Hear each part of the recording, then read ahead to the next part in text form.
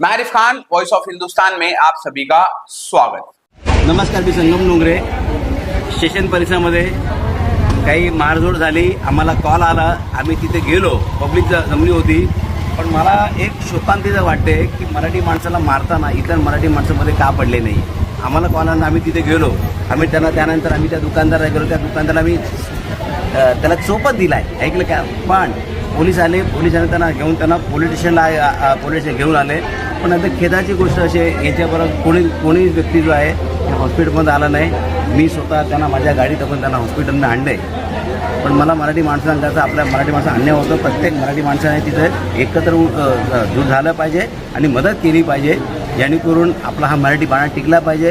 पण आज यांना मारझोड केले, यांना संगम डोंगरे उत्तर दिल्याशिवाय राहणार ना. धन्यवाद. आणि रीतसर त्यांची तक्रार दाखल करून देणार. या संदर्भात यांना मारझोड झालेले या संदर्भात आम्ही इथे रिपोर्ट केलंच आहे. पण पोलीस स्टेशन जाऊन याच्यासाठी आम्ही रीतसर त्यांच्यावरती गुन्हाही दाखल करणार आहे, जेणेकरून ही आरेरेवी आणि मगरुरी पुढे कमी झाली पाहिजे. धन्यवाद.